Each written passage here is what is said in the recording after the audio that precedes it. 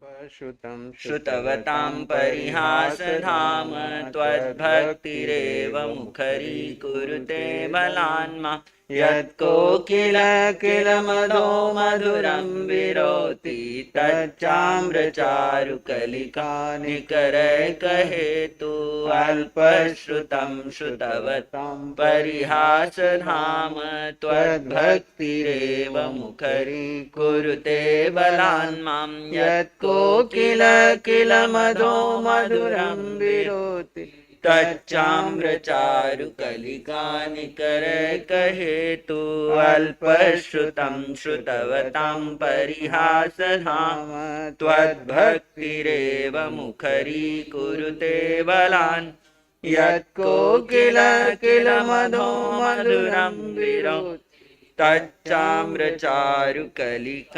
निकरै कहेतु। आराध्य अरिहंत प्रभु के चरणों में अनंत अनंत आस्था के साथ वंदन। शासनपति श्रमण भगवान महावीर स्वामी के चरणों में अनंत अनंत आस्था के साथ वंदन। जिन शासन देव जिन शासन माता को नमन। आत्मज्ञानी सद्गुरुदेव युग प्रधान आचार्य भगवान के चरणों में अनंत अनंत आस्था के साथ वंदन। आत्मप्रिय शुभम मुनि जी, शाश्वत मुनि जी, धर्मानुरागी बंधुओं, माताओं, सहन स्नेहशीला बहनों, तत्वार्थ सूत्र जिसे मोक्ष शास्त्र भी कहते हैं, उसमें हमारा विषय चल रहा है सम्यक ज्ञान। ज्ञान आत्मा का गुण है। अष्ट गुणों में एक गुण है अनंत ज्ञान। वही केवल ज्ञान बनता है, केवल दर्शन बनता है। मध्य में बाधक है तो आवरण। जैसे सूर्य के आगे बादल आ जाए तो तेज प्रकाश जो आ रहा था वो मंद पड़ जाता है, लेकिन फिर भी दिन और रात के भीतर में हमको आभास होता है कि वह भी दिन है और अभी रात है। इसी प्रकार हमारे केवल ज्ञान पर, अनंत ज्ञान पर आवरण आ चुका है, लेकिन फिर भी अजीव और जीव में भेद है। अजीव कौन है? जिसको न खुद का ज्ञान है न दूसरे का ज्ञान है। जीव कौन है? जिसे खुद का ज्ञान है और दूसरों का भी ज्ञान है। स्व पर प्रकाशक, स्वयं को भी जानता है और पर के बारे में भी जानता है, वो जीव है। और ये गुण है, कहीं बाहर से लाया हुआ नहीं है। हम बच्चे को जो संस्कार दे रहे हैं वो मति ज्ञान के संस्कार दे रहे हैं। बुद्धि में उसको कंप्यूटर में डाल रहे हैं, अपनी इच्छा के अनुसार जो हम चाहते हैं उसमें डाल रहे हैं, लेकिन उसमें ओरिजिनली ज्ञान गुण है, तभी वो ग्रहण करता है। अजीव को दे दो, अजीब ये रिकॉर्डर इकट्ठा कर लेगा, लेकिन वो उपयोग नहीं कर पाता। उसके लिए फिर बीच में कोई न कोई जीव चाहिए। जीव अपने आप में अनंत ज्ञान से संपन्न है, ज्ञान गुण वाला है। लेकिन भ्रांति क्या हो गई? दृष्टि सम्यक नहीं होने से, ज्ञान सम्यक नहीं होने से, दृष्टि सम्यक नहीं होने से ज्ञान अज्ञान में बदल गया। दृष्टि सम्यक हो जाए तो वही अज्ञान ज्ञान में बदल जाए। उसने क्या किया? पर को अपना मान लिया और स्व की तरफ ध्यान ही नहीं दिया। बहुत सारे आप नेताओं को देखते हो ना, वो सारी दुनिया का ध्यान रखते हैं, लेकिन घर वालों के रोटी के फाफे पड़ते हैं। घर वालों की तरफ उनका कोई ध्यान नहीं है। घर में शाम का खाना भी है कि नहीं, इस तरफ ध्यान नहीं, बस दुनिया का ध्यान रखने में लगे होते हैं। ऐसे ही जीव ने ये ठेकेदारी की। सारा जगत दूसरों के बारे में सोचता रहा, दूसरों की चिंता कर रहा, दूसरों का चिंतन करता रहा, और खुद के लिए फुर्सत ही नहीं, समय नहीं है। बोलो लकी, खुद के लिए कितना समय और पर के लिए कितना समय? जिंदगी का अधिकांश समय किसको जा रहा है? स्व को जा रहा है, पर को जा रहा है? पर को जा रहा है। ये एक नहीं, सभी अधिकांश जीव, संसारी छद्मस्त जीव जिनको दृष्टि प्राप्त नहीं है, वो सब यही कर रहे हैं। स्व को गौण कर रहे हैं और पर को मुख्य बना करके पर को सुखी करने के लिए पर की चिंता कर रहे हैं, पर को चिंतन कर रहे हैं और अपने ज्ञान का उपयोग पर के लिए कर रहे हैं और अपने आप को विद्वान, बुद्धिमान, होशियार, चतुर, चालाक समझते हैं। लेकिन केवलियों की दृष्टि में, बोलो गौतम स्वामी, केवलियों की दृष्टि में गौतम जी कहते हैं मूर्ख है। अभी मैं यहां से मूर्ख कहूंगा तो आप बोले महाराज ऐसे बोलते है ना। खुद को, जब जिस व्यक्ति को खुद की अज्ञानता मालूम होने लग जाए उसका ज्ञानी बनना शुरू हो जाता है। जब तक हम खुद को ज्ञानी मानते हैं, दूसरों को अज्ञानी मानते हैं और यही मूर्खता करते रहते हैं कि दूसरों को समय देते हैं, खुद के लिए समय नहीं है, वो व्यक्ति जीव को समय नहीं देने से पर को समय देकर के अपने आप को क्या कर रहा है, मूर्ख बना रहा है, समय खो रहा है। जीव का स्वगुण भी है, एक का गुण है स्व पर प्रकाशक, स्व को प्रकाशित करता है और पर को भी प्रकाशित। जैसे दिया है, दीपक जल रहा है तो दीपक स्वयं को प्रकाशित करता है और पर को भी प्रकाशित करता है। दीपक को देखने के लिए दूसरा दिया लाना नहीं पड़ता, ऐसे ही जीव को देखने के लिए दूसरे जीव को लाने की जरूरत नहीं। जीव स्वयं को भी जानता है और जीव में इतनी ज्ञान क्षमता है कि वो तीनों काल और तीनों लोक को जान लेता है। तीनों काल में ये जीव कहाँ कहाँ था, क्या क्या करके आया, किस किस गति में क्या क्या अज्ञान दशा में सेवन किया, वो सब जान लेता है।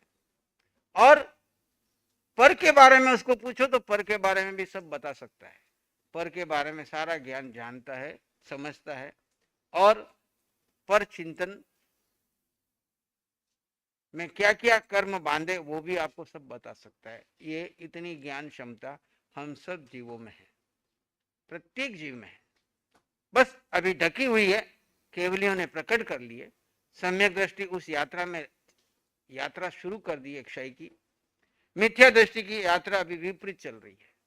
उसको जाना तो है केवल ज्ञान की तरफ, लेकिन जा रहा है अज्ञान की तरफ, मिथ्यात्व की तरफ, विपरीत दिशा में, और आवरण बढ़ाते जा रहा है। यानी जो अपने को जानता है और अपने निकट रहता है, अपने समीप रहता है, वो ज्ञानी। जो पर को जानता है, पर को समय देता है, पर का चिंतन करता है, पर के लिए फुल टाइम है, खुद के लिए समय नहीं है, वो केवलियों की दृष्टि में अज्ञानी, केवलियों की दृष्टि में अज्ञानी। अब अपना अपना तराजू में तोल लो, हम कहाँ खड़े हुए हैं। हम 24 घंटे में समय किसको दे रहे हैं? स्व को दे रहे हैं, पर को दे रहे हैं। जो स्व को समय देगा वो अपनी यात्रा में आगे बढ़ जाएगा, जो पर को समय देगा, पर का चिंतन करेगा, पर को लेकर के टेंशन में रहेगा, उसका लेकर के आत्मध्यान करेगा, वो जीव यात्रा विपरीत दिशा में चल तो खूब रहा है लेकिन अपना फासला बढ़ा रहा है। जो जीव अपने निकट आ गया वो मोक्ष मार्ग में आगे बढ़ रहा है। जो जीव अपने को भूल करके पर के निकट जा रहा है और पर के चिंतन में लगा है, पर को अपना बना रहा है और पर के लिए 24 घंटे चिंता करता है, वो केवलियों की दृष्टि में अपने से फासला बना रहा है। कितना सरल है मोक्ष, यानी क्या? अपने पास आ जाओ, अपने निकट आ जाओ और अपने में स्थित हो जाओ। अभी वर्तमान में सिद्ध जैसा, केवली जैसा सुख अनुभव कर लो। इसमें काल बाधक नहीं है, देह बाधक नहीं है, रिश्तेदार बाधक नहीं है, व्यापार बाधक नहीं है, क्रिया बाधक नहीं है। जैसे राजा जनक राजपाट पे रहते हुए विदेही रह सकते हैं, तो हम क्यों नहीं रह सकते? चक्रवर्ती भरत महाराज 6 खंड के अधिपति होते हुए वो शायद संकित होकर विदेही रह करके और उसी भाव में केवल ज्ञान को पा सकते हैं, तो हम क्यों नहीं पा सकते? माता मरु देवी हाथी के ओहदे पर बैठ के केवल ज्ञान और सिद्ध शिला जा सकती है, तो हम इस देह में रह करके अपना कार्य क्यों नहीं कर सकते? बस आवश्यकता है हम ज्ञानी बने, सम्यक ज्ञानी, सत्य का ज्ञान प्राप्त करें, सत्य को महत्व दे और असत्य को हम क्या करें? इग्नोर करें, उपयोग करें। पुद्गल अजीव तत्व साथ में सहयोगी साधन है, इसका उपयोग करने के लिए मना नहीं किया। बहुत कीमत चुकाई है, मुफ्त में नहीं मिला यह शरीर आपको, ये मन बुद्धि इंद्रियां मुफ्त में नहीं मिली है, लेकिन अनंत पुण्य की कतारें मिली तो मनुष्य गति मिली, नहीं तो एक इंद्रिय बेंद्री में पड़े थे। अब यहां आने के बाद दृष्टि की भ्रम होने से जीव को गौण करके इस जड़ के साता में लग गए। इसकी साता मिल जाए तो हम समझ लेते हैं कि बस हमने बहुत बड़ी उपलब्धि पा ली। और साता के समय में कोई व्यक्ति धर्म ध्यान को याद नहीं करता। जब असाता आती है, विपरीत परिस्थिति आती है, अपने सब धोखा दे जाते हैं, जिनको अपना मान के रखा है उनसे धोखा मिलता है, उनसे खतरा महसूस होता है, उस समय में याद आता है कि मैंने जीवन में कितनी बड़ी गलतियां की और पराये को अपना मान लिया और उनके लिए सारी जिंदगी खोई, और अब वर्तमान में इस समय में मेरे साथ कौन है। और ये घटनाएं जो घटती है वो घटनाएं बुरी नहीं है। मैं कल एक भाई से चर्चा कर रहा था, उसमें मैंने बताया कि कोई भी घटना घटे जिसको संसार व्यवहार में बुरी कहता है, निश्चय में देखो वो घटना ने अगर तुम्हारा मोह तोड़ा तो अच्छा हुआ कि बुरा हुआ। व्यवहार में बहुत बड़ा नुकसान हो गया, पर निश्चय में तुम्हारा मोह टूट गया, सब छोड़ के चले गए तुम्हारे, जिसको तुमने अपना मान के रखा था थे नहीं तुम्हारे, खाली मान्यता में तुमने अपना मान के रखा था, और उनके लिए आर्तरोध ध्यान करके सारी जिंदगी कर्म बांधे। और एक समय ऐसी घटना आई, ऐसी घटना घटी कि सब साथ छोड़ गए और अकेले तुमको फंदे में लटका दिया कि अब तुम भोगो, तुम जानो, तुमने किया तुम्हारा कर्म। यही तो बात वाल्मीकि ऋषि को नारद जी ने कही थी। नारद जी ने वाल्मीकि ऋषि को क्यों जगाया? उस समय ऋषि नहीं थे, एक सामान्य व्यक्ति थे, वो ऐसे कुछ कार्य कर रहे थे। उस समय में नारद जी आते हैं तो बोले इस कर्म का फल भोगने में कौन कौन साथ देगा? कर्म कर तू, पर तेरे साथ कौन देगा? वो किसके लिए कर रहा? बोले मैं परिवार के लिए कर रहा हूं। परिवार वालों को पूछ के आ जरा कि ये कर्म का फल आएगा तब तुम मेरा साथ दोगे क्या? बोले आप चले जाओगे तो? बोले मेरे को बांध के चला जा, बस तेरे को विश्वास नहीं तो। चलो घर जाके आया, सबको पूछा, एक एक को, पत्नी को, बच्चे को, परिवार के सदस्य जिसको जिनके लिए वो वैसे कर्म कर रहा था, उन सब से पूछा। सबने जवाब दे दिया, भाई हम तो, तुम अन्याय से लाओ कि न्याय से लाओ, हम तो खाली तुम्हारे साथ रह रहे, हम अपने कर्म के जिम्मेदार है, तुम्हारे कर्म के लिए तुम जिम्मेदार हो। तुम्हारा जब कर्म उदय में आएगा हम कोई तुम्हारे साथ में जाने वाले नहीं। वाल्मीकि ऋषि की आंखें खुल गई और उसी समय नारद जी से आकर के मिले और सारा वो कार्य जो है वो सब त्याग कर दिया और वो एक ऋषि बन गए। और आज उनकी रामायण क्या हो रही है?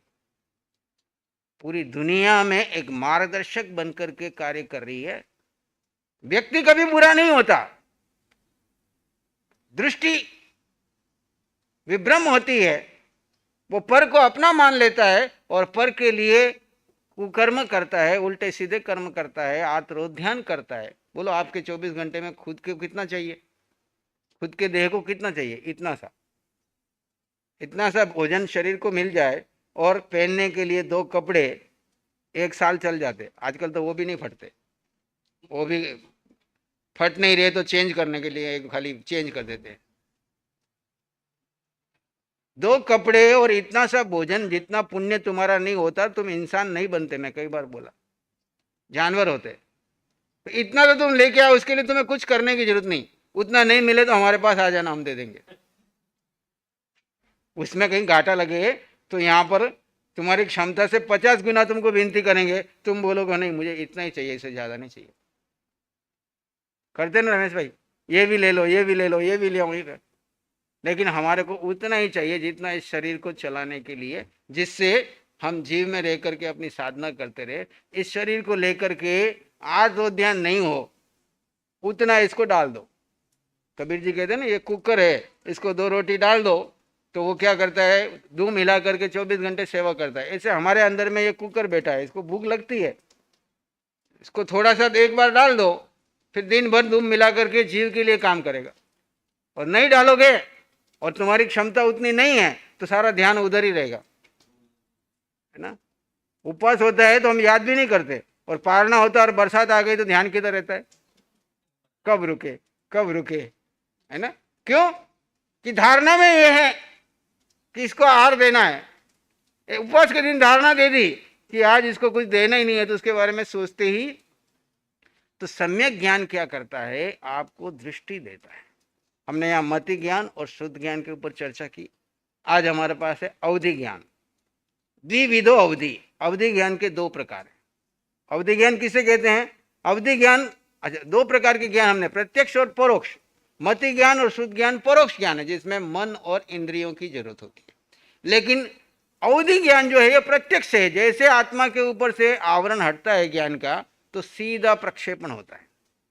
और यहां बैठे बैठे अवधि ज्ञान का विषय क्या है, दूर तक कोई रूपी वस्तु पड़ी हुई है तो उसको देखने की क्षमता रखता है आत्मा। उसके लिए बीच में न मन की जरूरत है न इंद्रिय, इसलिए इस ज्ञान को अतीन्द्रिय ज्ञान कहते हैं। अगले तीन ज्ञान, अवधि ज्ञान,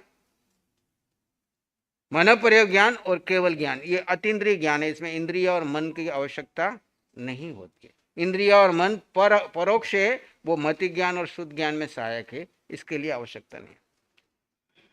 अवधि ज्ञान इंद्रिय और मन के अधीन नहीं है, ये अतीन्द्रिय ज्ञान है। अवधि ज्ञान दो प्रकार का है, भव प्रत्यय और गुण प्रत्यय।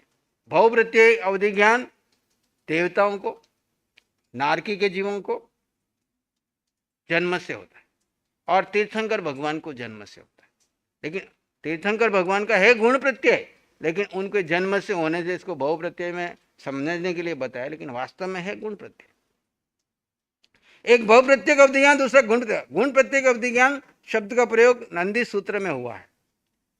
अब अवधि ज्ञान के स्वामी जो है भव प्रत्यय के तो नारकी और देव और तीर्थंकर, और गुण प्रत्यय के स्वामी कौन है? पंचेंद्रिय जीव, सन्नी तिर्यंश को भी हो सकता है और मनुष्य को भी हो सकता है। ये क्षयोक्षम के आधार पे साधना करते करते किसी किसी जीव को ये अवधि ज्ञान हो जाता है। भव प्रत्यय अवधि देव नारकाणाम, भव प्रत्यय अवधि ज्ञान देवों और नारकियों को जन्म से होता है। वह भव प्रत्यय, इसके लिए व्रत नियम तप आदि की अपेक्षा नहीं। पिछले जन्मों का क्षयोक्षम ऐसा होता है कि उसके कारण देवता जन्म ले, जैसे हमको जन्म लेते ही मति ज्ञान और शुद्ध ज्ञान मिल गया, उसके लिए कोई हमने अलग से तपस्या नहीं करी, है ना। ऐसे ही देवताओं का ऐसा क्षयोक्षम पहले से ही तैयार होता है कि उनको जन्म से ही अवधि ज्ञान होता है, और नारकी के जीवों को भी जन्म से अवधि ज्ञान होता है। क्षयोक्षम निमित्त षड विकल्प शेषाणाम, क्षयोक्षम के निमित्त से अवधि ज्ञान 6 प्रकार का होता है। जो गुण प्रत्यय अवधि ज्ञान है वो 6 प्रकार का होता है। शेष अर्थात मनुष्य एवं संगी पंचेंद्रिय संगी तिरंज को होता है। क्षयोक्षम जन्य अवधि ज्ञान गर्भ से उत्पन्न हुए मनुष्य और तिरंज को होता है। तिरंजियों में भी जो संगी व पंचेंद्रिय है उनको होता है। तिरंजियों में भी जो संगी यानी मन वाले और पंचेंद्रिय उनको होता है। यद्यपि सभी अवधि ज्ञान क्षयोक्षम जन्य है, फिर भी अवधि ज्ञान का नाम क्षयोक्षमिक रखा गया, क्योंकि इसके होने में क्षयोक्षम ही प्रधान कारण है, भव नहीं। ये भव के कारण नहीं, जितने भी तिरंज संगी हुए उनको नहीं होगा, सभी मनुष्य को नहीं होगा। ये जो साधना करेगा, तप करेगा, विशिष्ट आराधना करेगा, उसके कर्म क्षय होंगे तो उसको अवधि ज्ञान, ये गुण प्रत्येक अवधि ज्ञान हो सकता है। इसलिए ये गुण प्रत्येक क्षयोक्षम जन्य अवधि ज्ञान है। मनुष्य और संगी पंचेंद्रिय तिरंज को अवधि ज्ञान के योग्य क्षयोक्षम के लिए तप व्रत नियम आदि का पालन करना पड़ता है। उन्हें जन्म के साथ अवधि ज्ञान प्राप्त होने का नियम नहीं है। इसके अवधि ज्ञान के योग्य क्षयोक्षम के लिए तप आदि करने पड़ते हैं। इस प्रकार ये 6 प्रकार का है। पहला है आनुगामिक क्षयोक्षमिक अवधि ज्ञान। जो अवधि ज्ञान अपने स्वामी के जीव के साथ साथ जाता है, जिसको ज्ञान हुआ उसके साथ वो जहां जाएगा उसके साथ चलेगा, वो है आनुगामिक अवधि ज्ञान। जैसे मनुष्य जहां जहां भी जाता है उसकी परछाई साथ चलती है, उसी प्रकार ये अवधि ज्ञान उसके साथ चलता है। इसको भी 3 भेद कर दिया। क्षेत्रानुगामी, जिस जीव के जिस क्षेत्र में अवधि ज्ञान प्रकट हुआ है वह जीव यदि दूसरे क्षेत्र में जाए तो उसके साथ जाए, छूटे नहीं, उसे क्षेत्रानुगामी। भवानुगामी, जो अवधि ज्ञान परलोक में भी अपने स्वामी के साथ जाता है उसे भवानुगामी। और उभयानुगामी, जो अवधि ज्ञान अन्य क्षेत्र में साथ जाता है, अन्य भव में भी साथ जाता है, वो उभयानुगामी। अननुगामी क्षयोक्षमिक अवधि ज्ञान, जो अवधि ज्ञान अपने उत्पत्ति स्थान को छोड़ देने पर कायम नहीं रहता। यानी कई लोगों को आपने देखा जहां पे उत्पन्न हुआ वापस वहीं बैठेंगे तब तो वो ज्ञान होता है, उसके बाद इधर उधर गए तो उनको वो ज्ञान साथ में नहीं जाता। तो वो है अननुगामिक स्वयं। जैसे दीपक जहाँ रखा है उसी स्थान पर प्रकाशित करता है, उसी तरह अननुगामिक अवधि ज्ञान जहाँ उत्पन्न हुआ है वहीं रहता है, अन्यत्र नहीं जाता। तीसरा है वर्धमान क्षयोक्षमिक अवधि ज्ञान। ये जैसे जैसे हमारे भावों की विशुद्धि होती है ये अवधि ज्ञान बढ़ता चला जाता है। जैसे सुदी पक्ष की दूध से पूर्णिमा बढ़ती है, ऐसे इसका अवधि ज्ञान बढ़ता चला जाता है और पूर्णता की ओर बढ़ता है। चौथा है हीयमान क्षयोक्षमिक अवधि ज्ञान। जैसे जैसे जैसे अग्नि जलाई और ईंधन डाला नहीं तो धीरे धीरे अग्नि क्या हो जाएगी, ऐसे ही हमारा अवधि ज्ञान तो प्रकट हुआ लेकिन भावों की विशुद्धता नहीं रही तो धीरे धीरे वापस वो क्या हो जाता है, क्षीण हो जाता है, वो हीयमान। प्रतिपादिक क्षयक्षमिक अवधि ज्ञान, जो अवधि ज्ञान प्राप्त होने के कुछ समय के बाद एकदम लुप्त हो जाता है। जैसे दिया जल रहा है और दिया एकदम हवा के झोंके के साथ बंद हो गया, ऐसे किसी किसी का अवधि ज्ञान होता है लेकिन वापस वो लुप्त हो जाता है। और छठा है अप्रतिपादिक क्षयक्षमिक अवधि ज्ञान। यह अवधि ज्ञान होने के बाद कभी लुप्त नहीं होता, यानी ये केवल ज्ञान लेकर ही उठता है, वापस जाता नहीं है। जो अवधि ज्ञान केवल ज्ञान की उत्पत्ति होने से पूर्व तक बना रहे वह अप्रतिपादिक क्षयक्षमिक अवधि ज्ञान है, अक्षत दीपक के समान। जैसे अखंड ज्योत चलती है, कई लोगों के अखंड ज्योत चलती है, बरसों से सालों से चल रही है, तो वो अखंड ज्योत की तरह वो अवधि ज्ञान हमेशा बना रहता है और केवल ज्ञान होगा तब उसमें सम्मिलित हो जाता है, तब तक वो बना रहता है। ये 6 भेद अवधि ज्ञान के बताए गुण प्रत्येक के, अनुगामिक, अननुगामिक, वर्धमान, हीयमान, प्रतिपातिक और अप्रतिपातिक। अनुगामिक अन्य क्षेत्र या भव में साथ जाए, अननुगामिक अन्य क्षेत्र या भव में साथ न जाए, वर्धमान बढ़ता हुआ, हीयमान घटता हुआ, प्रतिपातिक एकदम लुप्त होने वाला, अप्रतिपातिक केवल ज्ञान तक साथ रहने वाला। अब मनोपर्य ज्ञान, अवधि ज्ञान के हमने 6 भेद जाने, आगे आएगा हमारा मनोपर्य ज्ञान। अब अवधि ज्ञान का क्षेत्र क्या है, अवधि ज्ञान रूपी पदार्थों के बारे में जानता है। जहाँ कहीं पर भी दूर रूपी वस्तु पड़ी हुई है, यहाँ से उदयपुर में कोई देखना है तो उस प्लेट में कहाँ कौन व्यक्ति बैठा है, क्या है, वो सारा दृश्य उसको दिख जाएगा, लेकिन उनके मन के भावों में जान भी पाए नहीं भी जान पाए, उसके लिए मनोपर्य ज्ञान है। लेकिन मोटे मोटे रूप से दूर तक इसकी सीमाएं, कौन कितना समय तक देख पाएगा। जैसे आनंद श्रावक को अवधि ज्ञान हुआ तो वो इतनी सीमा तक देख रहा था, उसके मन में प्रश्न उठा, उसने गौतम स्वामी से प्रश्न पूछा कि मेरे इतना ज्ञान हुआ, ये एक श्रावक को हो सकता है नहीं हो सकता है। गौतम स्वामी को शंका उठी, उन्होंने मना कर दिया कि इतना श्रावक को नहीं हो सकता। लेकिन जब भगवान से जाके पूछा तो भगवान ने कहा नहीं, सत्य है गौतम, आनंद श्रावक सत्य कह रहा है, भगवान पधारे। बाकी चर्चा यथा समय